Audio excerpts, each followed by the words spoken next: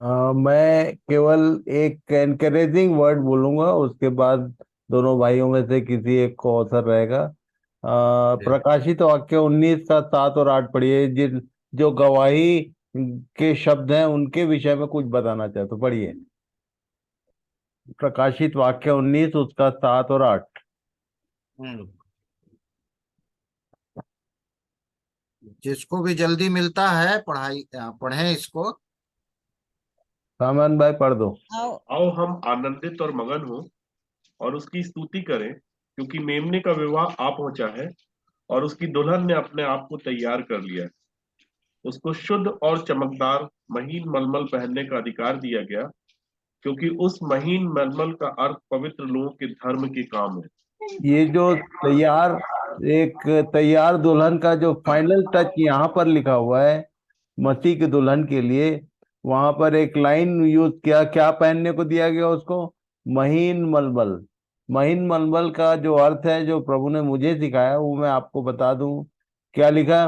धर्म, जो प्रभु के लोग होते हैं उनके धर्म के काम। तो धर्म के काम बोलने से बड़े बड़े काम नहीं। मत्ती 7 अध्याय उसके 21-22 में क्या लिखा, पढ़ लीजिए, उसको याद कर लेते हैं।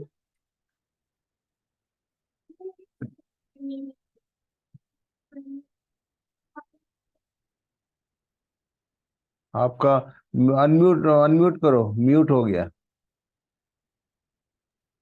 हाँ, आप पढ़िए। जो मुझसे हे प्रभु कहता है, उनमें से हर एक स्वर्ग के राज में प्रवेश ना करेगा, हम्म। परंतु वही जो मेरे स्वर्गीय पिता की इच्छा पर चलता है। आगे। उस दिन बहुत से लोग मुझसे कहेंगे, हे प्रभु, हे प्रभु, क्या हमने तेरे नाम से भविष्यवाणी नहीं की और तेरे नाम से दुष्ट आत्माओं को नहीं निकाला और तेरे नाम से बहुत से आश्चर्य कर्म नहीं किए? तब मैं उनसे खुलकर कह दूंगा, मैंने तुमको नहीं जाना। हे कुकर्म करने वालों, मेरे पास से चले जाओ। ये दो बातें हैं। प्रकाशित वाक्य में हमने पढ़ा कि महीन मलमल, और यहाँ लिखा है बड़े बड़े काम करने वालों को कह देगा मैं तुमको जानता ही नहीं। इसलिए जितने जो जो जिनके पास गवाहियां हैं, परमेश्वर की इच्छा है कि हम गवाह बने, गवाही दें। और इसलिए आपकी गवाही एक लाइन की हो सकती, छोटी छोटी गवाहियां हो सकती, बहुत लंबी चौड़ी नहीं हो सकती। बड़ी बड़ी गवाहियों यदि हैं तो अच्छी बात है, पर यदि आप छोटी सी भी गवाही देते हैं, ये उस कलीसिया के महीन मलमल में शामिल होता है। इसको याद रखिए सब लोग कि आपको यदि मौका है तो छोटी सी बात भी, उस दिन हेम भाई बता रहे थे कि एक लड़की आई और उसको जाते समय हेम भाई ने केवल एक लाइन बोला था, प्रभु तुमको आशीष दे।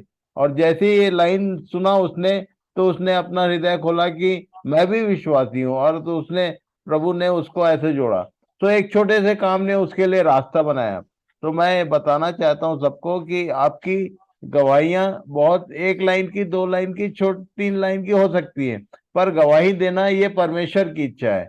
ये वो चाहता है कि हम उसकी इच्छा को पूरी करें। बड़े बड़े कामों की चर्चा मत करिए, छोटी छोटी बातों को बताइए। वही गवाही महीन मलमल के रूप में हमारे उस देह का ड्रेस होता है। इसलिए बहुत छोटी सी बात है, पर इसको याद रखिए कि बड़ी लंबी चौड़ी गवाही जरूरत नहीं है। बड़े बड़े काम हुए उसकी बात नहीं है, केवल एक लाइन की बात यदि आप कहते हैं, क्या जाने किसके लिए वो आशीष का कारण। मैंने बताया वो दिन हेम भाई गवाही दे रहे थे, केवल एक लाइन बोला, प्रभु तुझको आशीष दे बेटी, और उसने उसके लिए, उस बच्चे के लिए द्वार खोल दिया एक लाइन ने।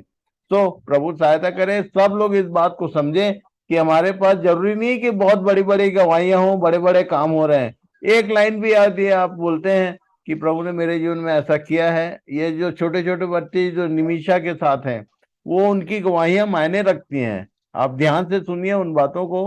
तो उनकी वो सारी बच्चियां क्रिश्चियन फैमिली से नहीं है, सारी बच्चियां, सारे बच्चे जो उसके पास आते हैं वो सारे non Christian idol worshippers family से हैं। पर उनकी बातें सुनो आप कि परमेश्वर ने मुझसे बात किया, परमेश्वर ने मेरी अगुवाई की। हर लाइन, हर बार वो बोलते हैं परमेश्वर ने मुझसे ये कहा। उसको बेचारे डरते कांपते हुए आते हैं कि आप लोगों ने हमको मौका दिया बोलने का, आप लोगों ने हमारी गवाही सुनी, बहुत धन्यवाद देते हो बच्चे। का मतलब उनकी छोटी छोटी बातें जो है मायने रखती है। इसलिए जितने पुराने लोग हैं जो ये सोचते हैं कि भाई हमारे पास तो कोई बड़ी बात नहीं है बताने के लिए, आप चूक रहे हैं। आप परमेश्वर की इच्छा पूरी नहीं कर रहे हैं। उसकी इच्छा है कि हम अपना मुंह खोलें, और भले ही आपके पास एक दो चार लाइन की बात हो, आप बताएं जरूर। प्रभु सबको आशीष दे। Thank you.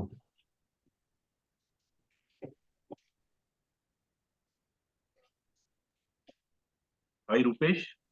ओके। दिव्या जय मसीह तो की। रुपेश, दोनों भाई तैयार हैं आज। रुपेश तैयारी से है लगता है। भाई तो हमेशा तैयार रहते हैं। तो अब अवसर रुपेश को दे दूं क्या? भाई साइमन पहले। हाजी हाजी, वही तो मैं इस बोला विषय रुपेश भाई में को। और एक लाइन इन दोनों जवानों के बारे में बोल देता हूं मैं। ये ओवरफ्लोइंग पॉट हैं दोनों, हमेशा जी उमड़ते रहते हैं। किसको भी मौका दो वो बाहर आएगा।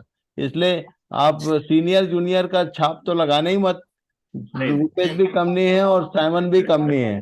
तो हाँ मैंने कल या परसों बताया था कि यूपी से मेरे पास क्या कॉल आया था।